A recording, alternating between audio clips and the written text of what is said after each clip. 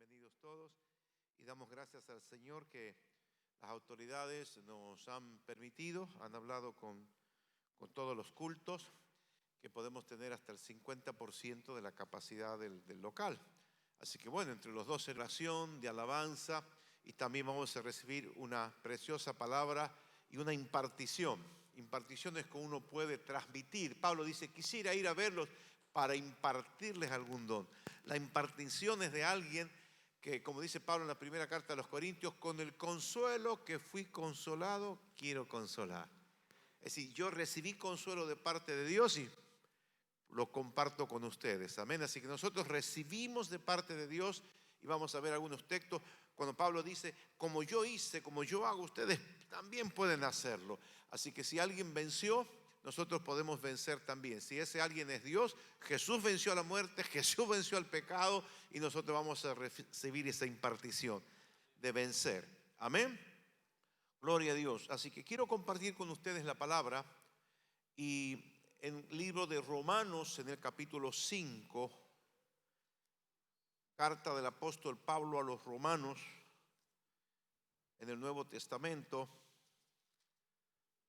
después del libro de los Hechos de los Apóstoles, el primer libro, digo para los nuevos, en el capítulo 5, bendito sea Jesús, alabanza.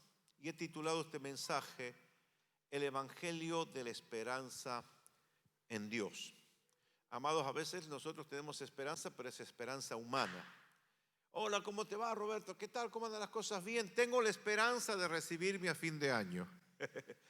Ese es un tipo de esperanza, es decir, es mi expectativa y mi entusiasmo humano de que las cosas me van a ir bien. No, voy a recibir, a fin de año me recibo y me pongo pilas. Tengo la esperanza de recibirme. Eso es esperanza humana.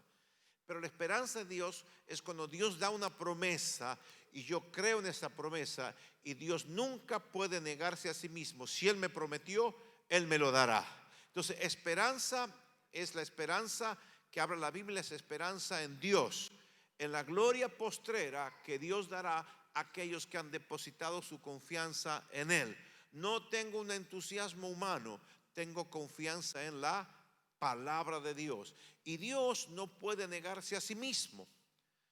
Él tiene que cumplir con lo que Él es, porque el cumplir su palabra, el ser veraz, es parte de la sustancia de Dios. Dios es veraz por sobre muchas cosas. Entonces, si Dios dice una promesa y yo la creo, se va a cumplir. Entonces, yo tengo esperanza de que todas las promesas de Dios se van a cumplir porque yo creo en Dios. Amén. Y esta esperanza, vamos a ver qué dice Romanos capítulo 5, versículo 2. Así, desde versículo 1 voy a leer. Así pues, justificados por la fe, tenemos paz con Dios por medio de nuestro Señor Jesucristo, por quien tenemos también, por la fe, acceso a esta gracia en la cual estamos firmes y nos regocijamos en la esperanza de la gloria de Dios. Versículo 5 dice, y esta esperanza no nos defrauda, porque Dios ha derramado su amor en nuestro corazón por el Espíritu Santo que nos ha dado. Amén. Dice la Escritura que esta esperanza, dice, me regocijo en la esperanza. Es decir, la esperanza nos da gozo y nos da entusiasmo. ¿Cuántos dicen amén? Dice también en otros textos, la esperanza nos purifica. Porque cuando nosotros estamos esperando una promesa de Dios, eso trabaja en nosotros. Fíjese que la gente que no tiene fe, que no tiene esperanza, tiene más posibilidades de enfermarse que una persona que tiene fe. Porque el que tiene fe es saludable. La fe es saludable. Es decir, si yo creo en Dios, estoy relajado. Mis órganos trabajan perfectamente bien, porque yo estoy tranquilo. ¿Por qué? Por las promesas de Dios. Él dice que Él es mi pastor y nada me faltará, y yo le creo. ¿Alguien le cree a Dios? Dice que Él es mi pastor, Él es mi protector y Él es mi proveedor. Ningún mal temeré. Entonces, esto ha hecho que nosotros tengamos en nuestro interior nuestra confianza en Dios. Yo creo, y dice apóstol Pedro, en sus muchas promesas. Él nos ha dado muchas promesas en la Escritura. Y si nosotros creemos, nos podemos apropiar de esas promesas, porque Dios, versículo 5, nunca nos va a defraudar. Puede ser que el hombre nos defraude. Dice la Escritura, ¿dejará la madre a su niño? ¿Lo desamparará? No, menos lo hará nuestro Padre. Puede ser que hay una madre por ahí se olvide de sus hijos, pero yo nunca me olvidaré de ustedes. Entonces puede ser que el ser humano en sus mejores intenciones, en una situación de crisis, deje de hacer lo que debe hacer. Pero si Dios prometió, Él cumplirá. Él lo que dijo lo va a hacer. Las promesas de Dios son sí y amén. Así dice la Escritura. Las promesas de Dios son sí y son amén. Es decir, yo creo que Él lo hará y descuéntalo, Él lo hará. Pero ¿cuál es nuestra parte? Nuestra parte es confiar en Dios, porque Él nos ha sellado. Miren lo que dice Efesios capítulo 1, un poco más adelante ahí en la Escritura. Efesios capítulo 1. ¿Cuándo recibimos nosotros el Espíritu? Mucha gente no sabe, usted debe saber que nosotros recibimos el Espíritu cuando creímos. Mire lo que dice la Biblia, la palabra de Dios. Efesios capítulo 1, versículo 13. También ustedes, le escribe a los Efesios, luego de haber oído la palabra de verdad, que es el Evangelio que los lleva a la salvación, y luego de haber creído en Él, fueron sellados con el Espíritu Santo de la promesa. Amén. Entonces, cuando nosotros creímos en Dios, Él nos selló. Él nos dio su Espíritu como un sello. Ahora, cuando una vez o dos veces a veces, pero creo que más en muchos lugares una sola vez en el campo, hacen la juntada para marcar su hacienda. Porque en el campo a veces lo sueltan y andan mezclados unos con el otro hasta que la gente trae sus animales y los marca. Alguna vez alguien tuvo esta experiencia, es re loco. Tiene la marca el dueño y la marca la vaca y dice, esta es mía. Así que si le encuentran por ahí, dice, esta es la de Rodríguez, no la vaya a tocar. ¿Por qué? Tiene el sello de él. Entonces cuando ande ahí por ahí el diablo buscando te encuentre, te va a ver que tienes la marca de Cristo. ¿Está entendiendo el principio? Este es del Señor. A este nadie lo puede tocar. Y ha asignado ángeles poderosísimos para guardarnos. La gente, viste, habla de demonios, sé que tengo un sueño, sé como en los demonios, así la gente no me diga, contame. Y otra dice, mira, yo he visto un montón de ángeles. Visto ángeles. Entonces la gente es más fácil creer en los demonios que los ángeles. Pero dice la Escritura que por cada ángel caído hay 3 veces más de ángeles de Dios ministradores de los hijos de Dios. Es decir, a decir verdad, hay más ángeles a favor nuestro, moviéndose por ahí para guardarnos, para protegernos, para conducirnos, para ministrarnos y hasta colaborar. Muchas veces vemos que humanamente las cosas no hubieran salido si no hubiese habido una intervención divina. Entonces también, ¿por qué tenemos esperanza en Dios? Nuestra esperanza en Dios comienza cuando aceptamos a Cristo. Entonces Dios comienza a mover su mano y pasa el tiempo y yo digo, yo hasta aquí llegué por su gracia. ¿Cuántos se han dado cuenta de eso? Dice, ¿cómo he logrado? Mire, de mi parte, nosotros comenzamos la obra esta con mi esposa y mis hijos y comenzamos en el comedor de nuestra casa. Dios nos llamó a predicar y vamos a predicar. Dios va a suplir el resto. Entonces estábamos en el comedor del barrio de Padilla acá a la vuelta y que no entraban más que 25 personas estando muy apretados. Entonces yo aprendí, pertenecía a un ministerio de intercesión que nos enseñaron a hacer listas de oraciones, escribir las peticiones, ¿no? Entonces yo estaba ahí en mi petición y yo le pedía, Señor, danos un terrenito, danos una iglesia y danos una casita pastoral. Porque yo tenía la imagen, mire cómo es esto, ¿no? Allá en Andalgalá, cuando nosotros conocimos al Señor, en las montañas catamarqueñas, había un pastor amigo que estaba allá para abajo de la ciudad de Andalgalá, en Huachachi, estaba él, no estaba en Huaco, era un anexo de Andalgalá. Entonces yo le iba a visitar y él tenía una casita, una capilla, bien hechita, 2 agüitas, y entraba los banquitos, el púlpito, todo dibujado, ¿no?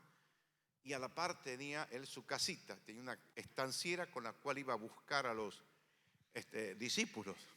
Entonces yo veía la casita y ahí veía el templito y veía su casita y digo, así quiero tener yo. Señor, dame un terrenito, una casita y dame el templito y los banquitos, todo chiquito. Pero luego el Señor me mostró en su bondad que Él podría darme más y yo le creí. Amén. Entonces se cumplió en mi vida la escritura que dice que Él es capaz de darnos más abundantemente de lo que pedimos, porque Dios es grande. ¿Cómo es Dios? Es grande. Entonces de repente Dios nos ha bendecido mucho más de lo que yo podía imaginar. Yo con un terrenito, una capillita y el autito al lado me conformaba. Y Dios dice, yo soy más grande. Entonces puede darnos más cosas si nosotros creemos en Dios. Entonces yo camino en mi camino de fe y veo para atrás y digo hasta dónde el Señor nos ha traído y digo, Dios es muy bueno. Ha sido leal y ha sido fiel. Hasta aquí Él me trajo, hasta aquí Él me guardó. Y escuche esto, y Él es digno de nuestra confianza.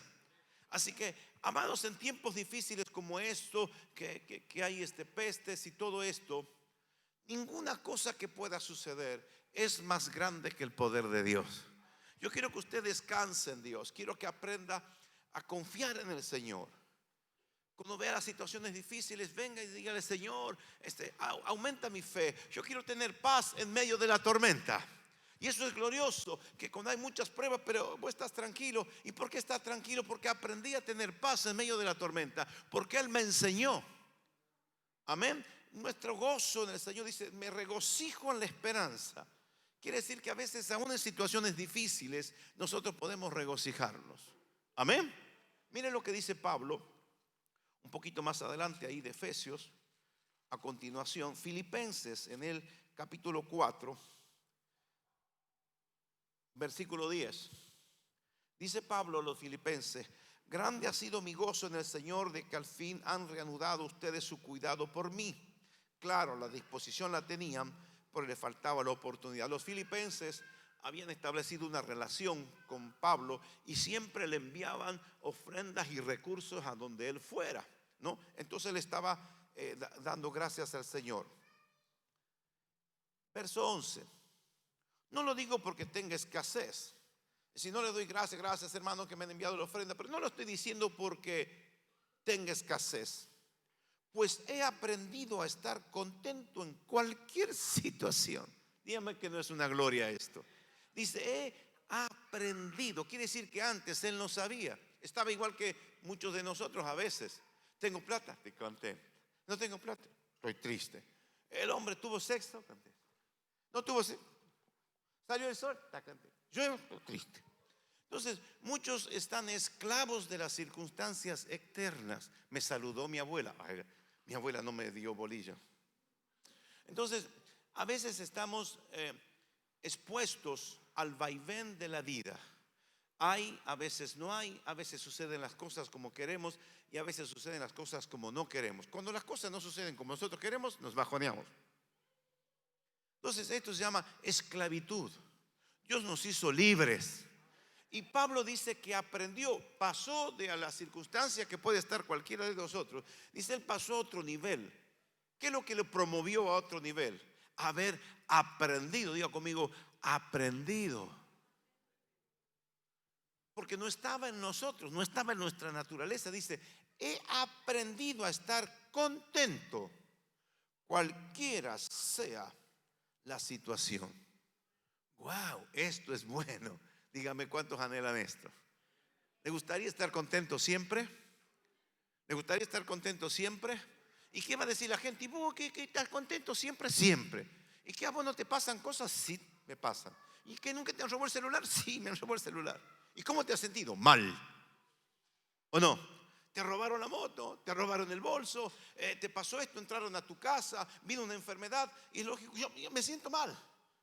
Pero después recuerdo que soy hijo de Dios y que a los que aman a Dios, Todas las cosas ayudan a bien. Entonces, mire, me sentí mal cuando me robaron, pero aprendí tanto más del precio de un celular. Es decir, he aprendido algo. Dígame que no es glorioso. ¿Cuánto pagaría usted para estar contento siempre, cualquiera sea la situación? Ahora, Dios se lo da gratis. Él nos instruye. Y a veces uno puede pagar. Me dice mi hija Anita los otros días: papá, he conseguido un posgrado a buen precio. Porque ella es licenciada en ciencias políticas y estaba buscando hacer un posgrado, una maestría. Si consigue una maestría, buen precio. ¿Cuánto? 6.500 pesos la maestría. Bueno, si eso es barato, bueno, gloria a Dios. No, dice, ¿sabe cuánto cuesta una maestría? Oferta. A veces de repente nosotros vamos y pagamos para ser enseñados y se olvidamos de todo, o de la mayoría de las cosas. Pero si Dios te enseña, queda grabado en tu espíritu, lo aprendes para siempre. No te veo el entusiasmo. Si Dios te enseña para siempre. En el espíritu, Pablo aprendió, he aprendido, no pagué un peso. Y he aprendido algo glorioso: estar contento cualquiera sea la circunstancia. Esto es maravilloso. Y luego dice Pablo: sé vivir con limitaciones y también sé tener abundancia. En todo y por todo estoy enseñado, tanto para estar satisfecho como para tener hambre. Lo mismo para tener abundancia que para sufrir necesidad. Todo lo puedo en Cristo que me fortalece. Ahora, ¿qué ha hecho Pablo? Pablo se fue entregando su voluntad, entregando. Yo no voy a hacer lo que yo quiero, voy a hacer lo que Dios quiere. Amado, la esencia de la conversión es dejar de hacer lo que yo quiero para hacer lo que Dios quiere. Esa es la esencia de la conversión. La psicología de los años 60, en los años 60 fue el furor de la psicología. Volvían los estadounidenses de Vietnam y muchos venían afectados psicológicamente. Entonces muchos fueron a parar al psicólogo. Entonces fue un boom de las escuelas de psicología. Pero se estableció culturalmente el dejar hacer. ¿Qué te sentís? No, yo siento, no sé, tal cosa. Ay, haz lo que sientas. Eso es contrario a la fe. Uno no puede hacer lo que siente y ser un cristiano. El cristiano no hace lo que siente, hace lo que quiere Dios. Esa es la conversión. Yo hasta aquí, y lo hizo la predicadora, hasta aquí llevé mi vida como yo quería. Ahora la conversión es: ya no hago lo que quiero, hago lo que Dios quiere. Y eso me trae bendición. Porque si el hombre hace lo que quiere, termina en el pecado, embarrado, sufriendo y padeciendo. La conversión es: Señor, ya no voy a hacer lo que a mí me parece. Miren lo que dice el Salmo 40, versículo 8. Está hablando del Mesías en esta circunstancia.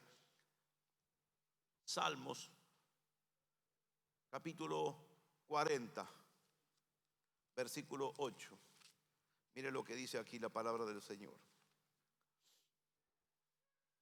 Hacer tu voluntad, Dios mío, me agrada. Tu ley la llevo dentro de mí. Este es un salmo profético. Está hablando de Jesucristo. Hacer tu voluntad, Dios mío, me agrada. Tu ley la llevo dentro de mí. En eso, esa es la esencia de la conversión: hacer la voluntad de Dios. Pero como nosotros tenemos una sola voluntad, no hay modo de hacer la voluntad de Dios si yo no renuncio a hacer la mía. Y ahí es donde las personas se van convirtiendo. El que comenzó en usted de la buena obra, la perfeccionará. ¿Cómo? Te voy a enseñar a depender de mí. Te voy a enseñar a gozarte cualquier situación te ocurra. Entonces nuestra fe comienza cuando aceptamos a Cristo. Pero la voluntad de Dios, según dice la Escritura, es vuestra santificación. La santificación es el proceso donde yo estoy muriendo a mi voluntad, muero a mi voluntad, y Dios va creciendo en mí, va creciendo en mí, va creciendo en mí, y su voluntad prevalece en mí, y termino exclamando como Pablo: no todo lo puedo en Cristo que me fortalece. Dice: mas ya no vivo yo, sino Cristo vive en mí. Me he llenado tanto de Cristo que yo he desaparecido. Y lo que la gente ve a Cristo, porque su voluntad fluye en mí. ¿Cuál fue el testimonio de Jesús? Que la voluntad de Dios prospere a través de su vida. Mire, venga conmigo al libro de Isaías, en el capítulo 58. Isaías capítulo 58. Bendito sea Jesús. Alabanza.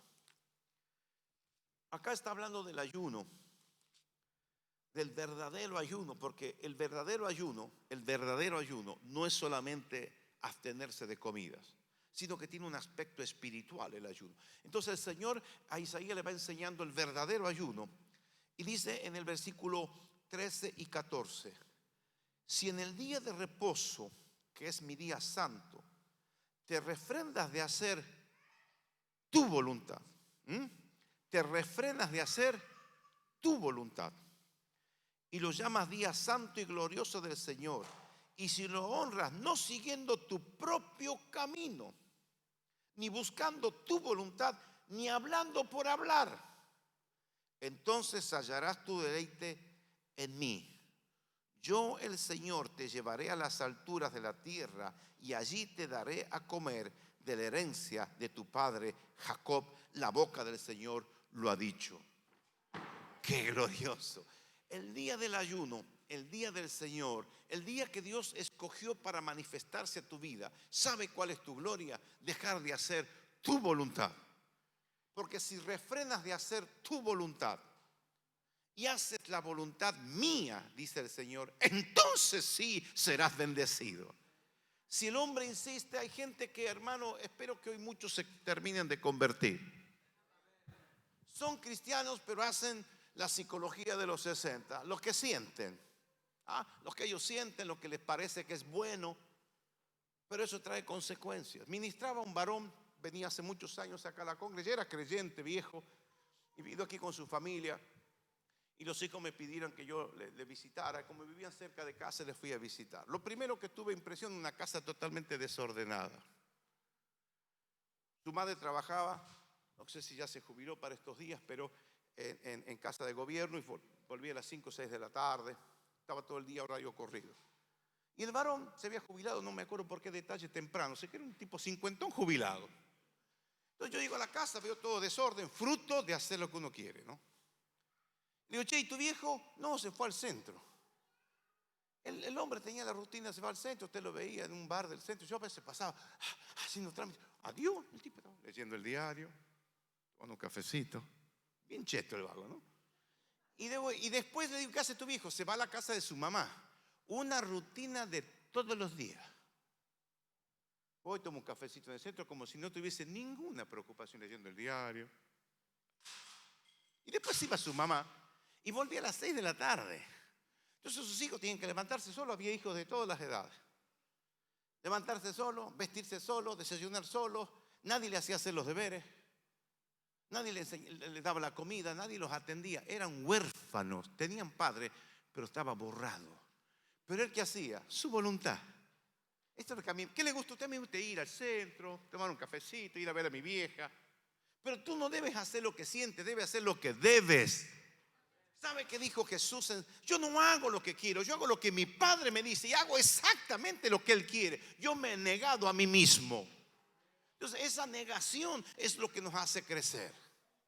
No hacer lo que yo siento. Porque a veces nosotros sentimos cosas feas, inmorales, que van en contra de la voluntad del Señor. Entonces nosotros debemos decir, yo no hago lo que siento ni lo que quiero, hago lo que Dios quiere. Eso me traerá bendición. Entonces cuando nosotros depositamos nuestra confianza en Dios, Dios nos promueve. Venga conmigo ahí un poquito más adelante, Isaías capítulo 53, versículo 10 y 11. Mire, estoy hablando de Jesús. Versículo 10. Pero al Señor le pareció bien quebrantarlo, está hablando del Mesías, y hacerlo padecer a Jesús, cuando se haya presentado a sí mismo como una ofrenda. ¿Se acuerda? El domingo pasado le hablé de Romanos 12, que presentemos nuestras vidas como una ofrenda. Aún acá está el ejemplo en Jesús. Dice, Él se presentó como una ofrenda para la expiación del pecado. Verá su descendencia, tendrá una larga vida y por medio de él se verá prosperada la voluntad del Señor. Verá el fruto de su propia aflicción y se dará por satisfecho. Entonces cuando nosotros no sabemos qué hacer, miremos a Jesús. Jesús, siendo Dios, se hizo hombre. Siendo hombre se hizo obediente hasta la muerte y muerte de cruz, por lo cual Dios le exaltó hasta lo sumo y le dio un nombre que sobre todo nombre. Amén. Para que toda rodilla se doble y toda lengua confiese que Jesús es el Señor. Ahora, ¿cómo Jesús fue promovido a niveles de gloria? Porque fue obediente. Diga conmigo, fue obediente. Él no vino a la tierra a hacer lo que él sentía, sino que Dios lo quebrantó. ¿Qué quebrantó? Su voluntad. La máxima expresión fue en el monte Getsemaní. Él fue a orar, sabía, esa noche le detuvieron, le torturaron toda la noche y al otro día le pusieron en la muerte más tremenda que se conocía, que era la muerte de cruz. Era una muerte inventada por los romanos donde el condenado sufría, porque más fácil hubiese sido guillotinarlo. Pero ¿por qué la cruz? La cruz estaba reservada para los peores delincuentes. Entonces Jesús fue obediente hasta la muerte. Y por eso aclara, y muerte de cruz. ¿Me está entendiendo? Ahora, él siendo Dios se hizo hombre, pero el Padre le dijo, si entregas tu vida, yo te resucito y te pongo sentado a mi derecha. Viendo Jesús el galardón puesto delante de sí, él le creyó, sí, Padre, si es posible, pasa de mí esta copa. Allí en el monte Getsemaní. Si es posible, él no quería sufrir porque era un hombre de carne y hueso. Si él hubiese querido sufrir, estaba mal de la cabeza, era lo que le llaman técnicamente un masoquista. Dice, yo no quiero ir a sufrir, que me golpeen, que me pongan las coronas de espinas, que me azoten, que me crucifiquen. No quiero. Esto es lo mío, Señor, mi voluntad. Pero no se haga mi voluntad, sino la tuya. Entonces, ¿sabe qué? Se quebrantó su voluntad. Varón de dolores, experimentado en quebranto. Muchas veces nosotros vamos a tener un conflicto allí. El que tuvo Jesús. Padre, si es posible, pase. Pero cuando nosotros estemos en conflicto, dígale, Señor, pero hágase tu voluntad, no la mía. Yo quiero tal cosa. ¿Sabe por qué la gente muchas veces sufre siendo cristiana y se siente frustrado y reniega de las circunstancias, lo cual es tremendo? La rebelión es del diablo.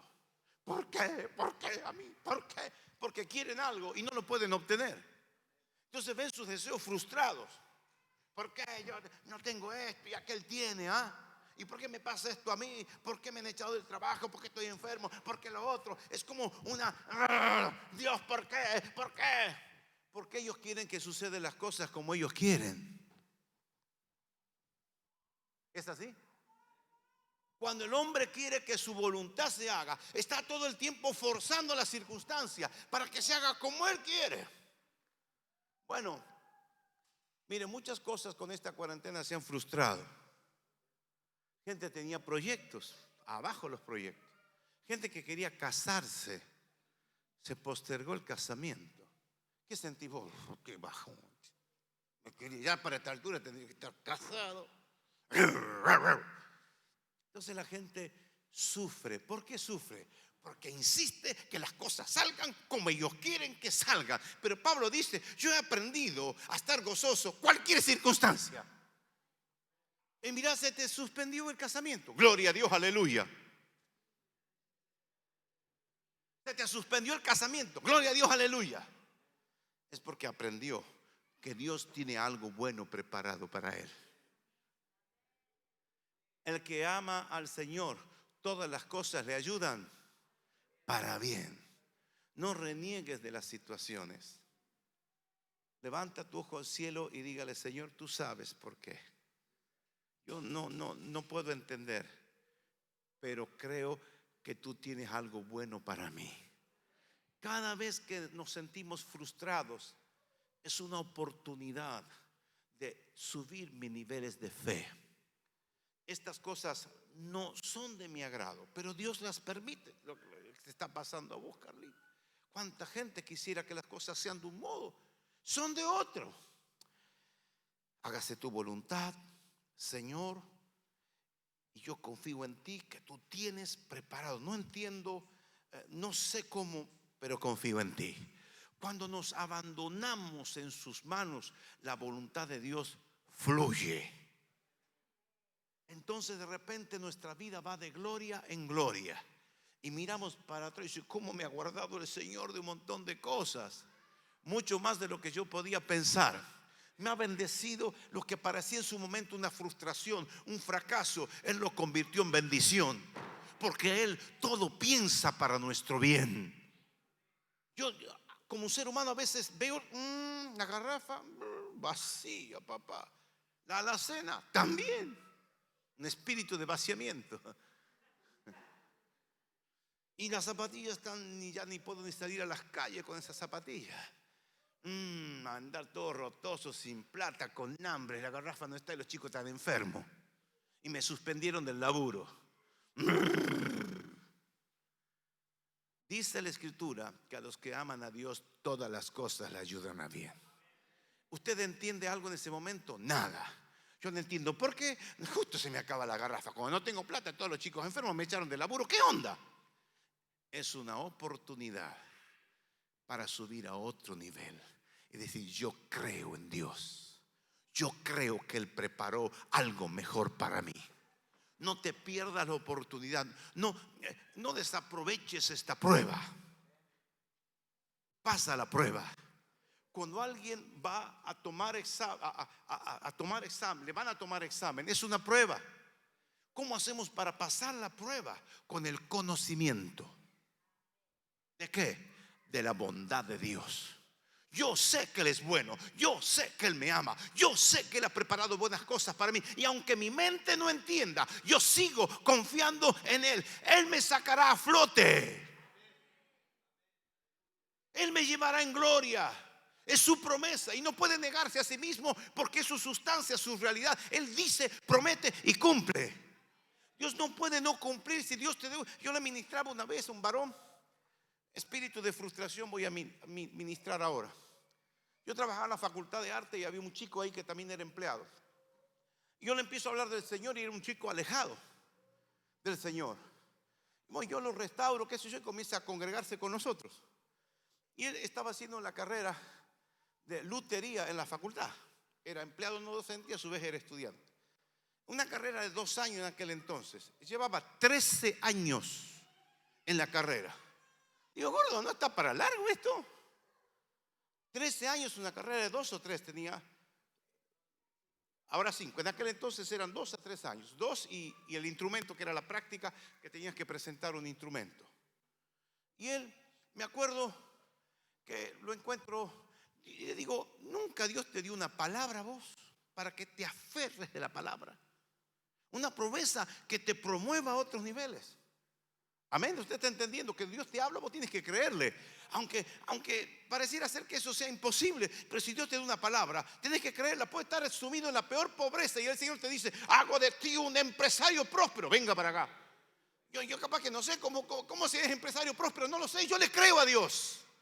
No sé si me explico. Hay gente que dice: no, yo nunca me iba a casar. Dice el Señor: te tengo preparado algo, venga para acá.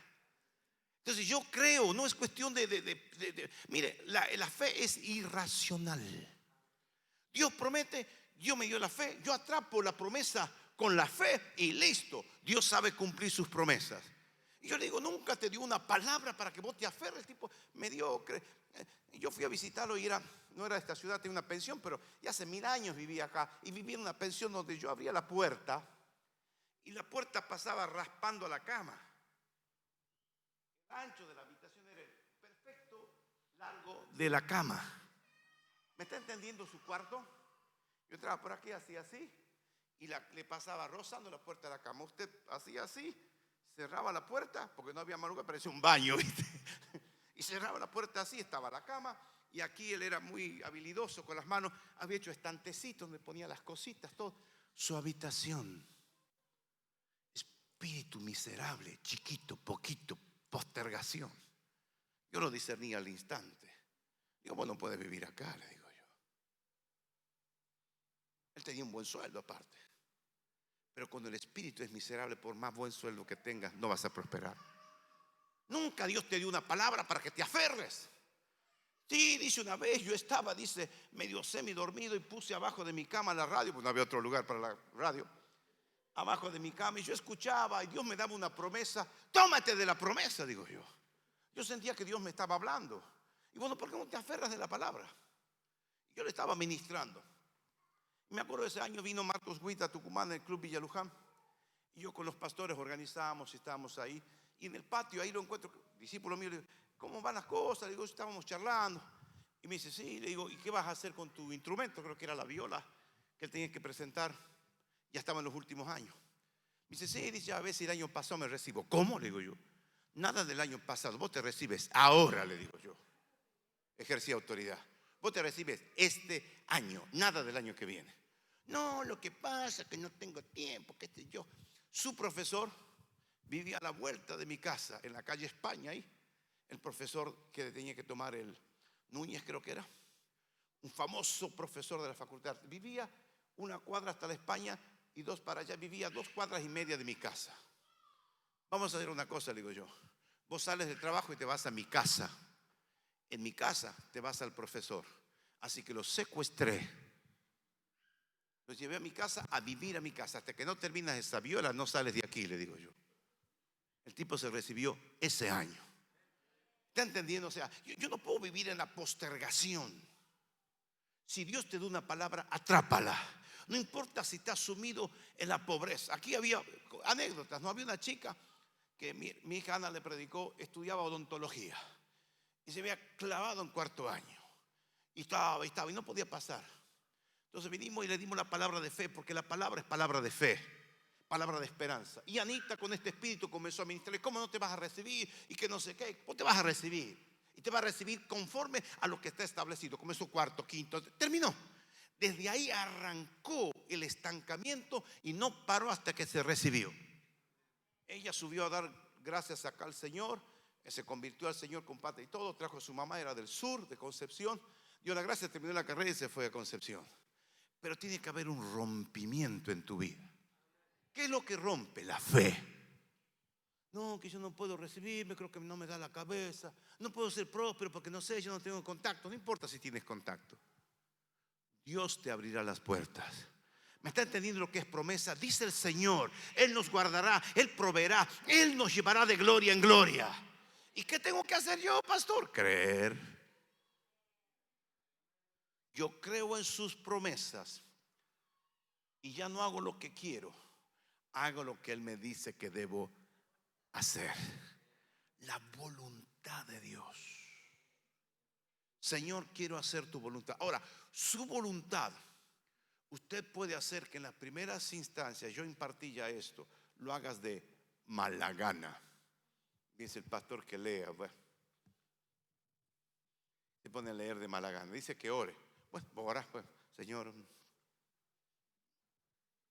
Luego dice, se cumplirá la palabra. Me gozo en hacer tu voluntad.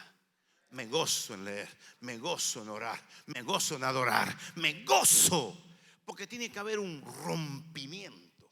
Ya no mi voluntad, sino la tuya. Ya no voy a hacer, no, yo voy a hacer esto, voy a hacer esto, voy a hacer lo otro. No hagas lo que se te antoje. Dile, Señor, si es tu voluntad, haré esto o aquello. Santiago capítulo 5.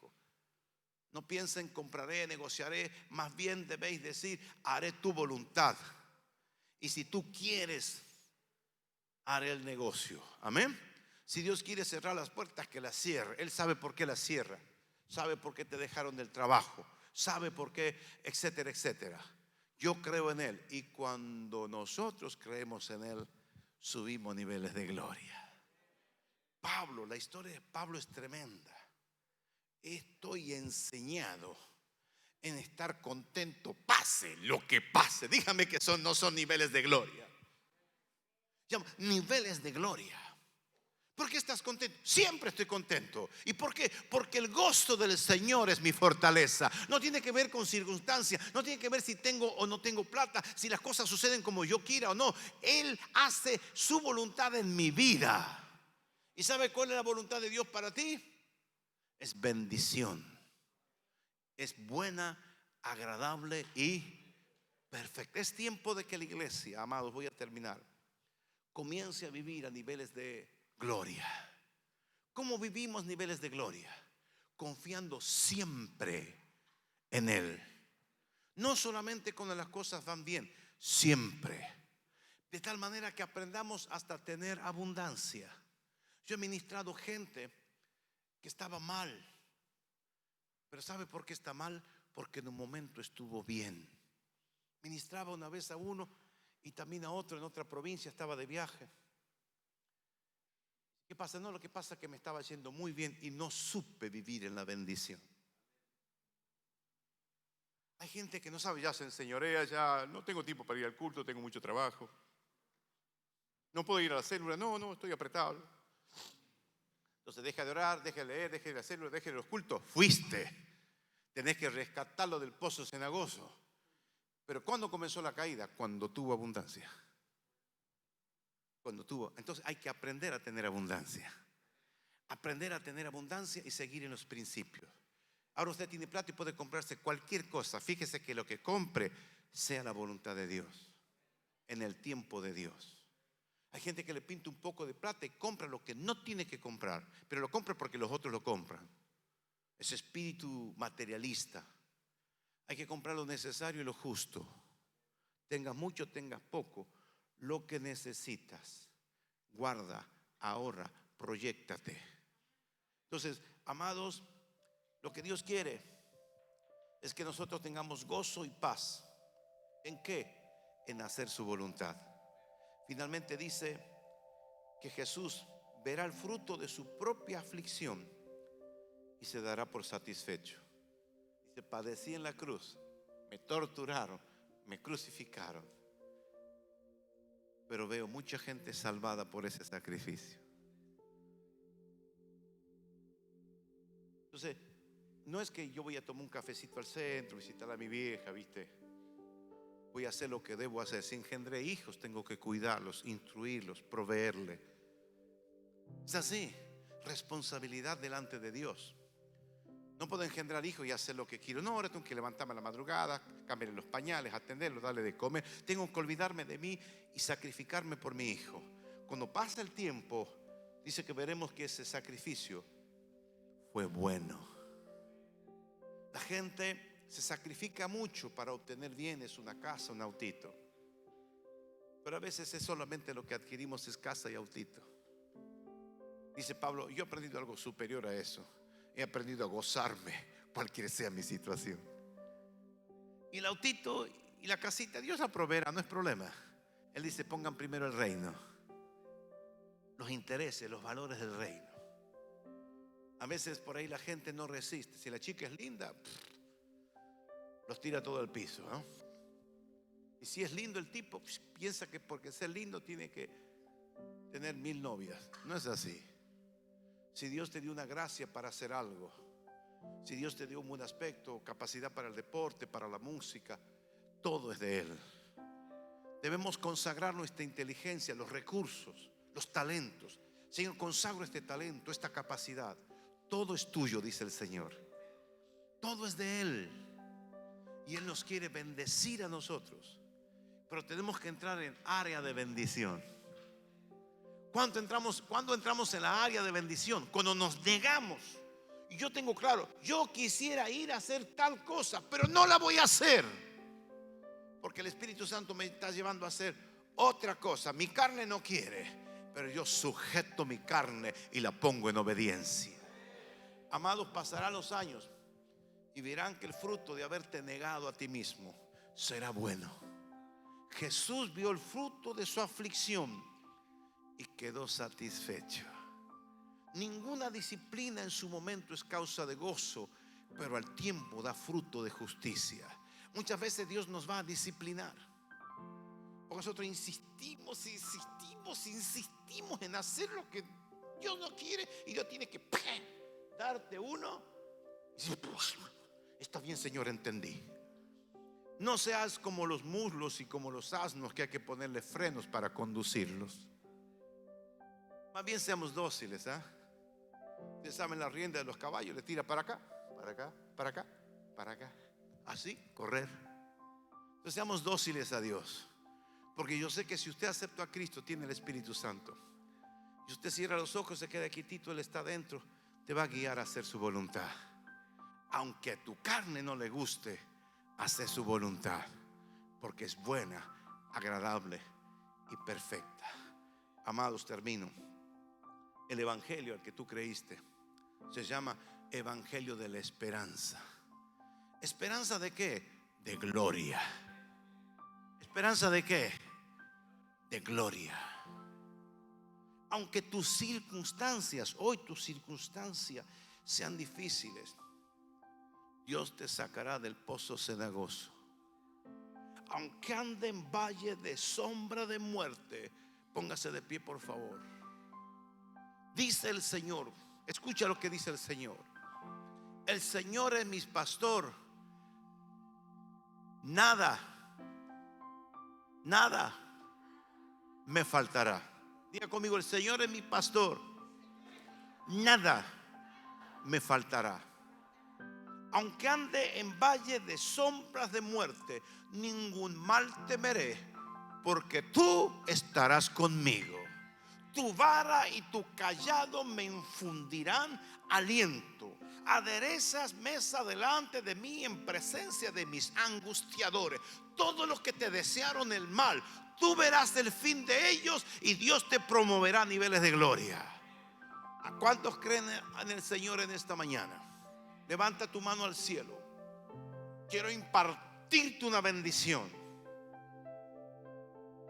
para que Dios te saque de los niveles del yoísmo, del egocentrismo. Levanta tu mano al cielo. Vence todo obstáculo.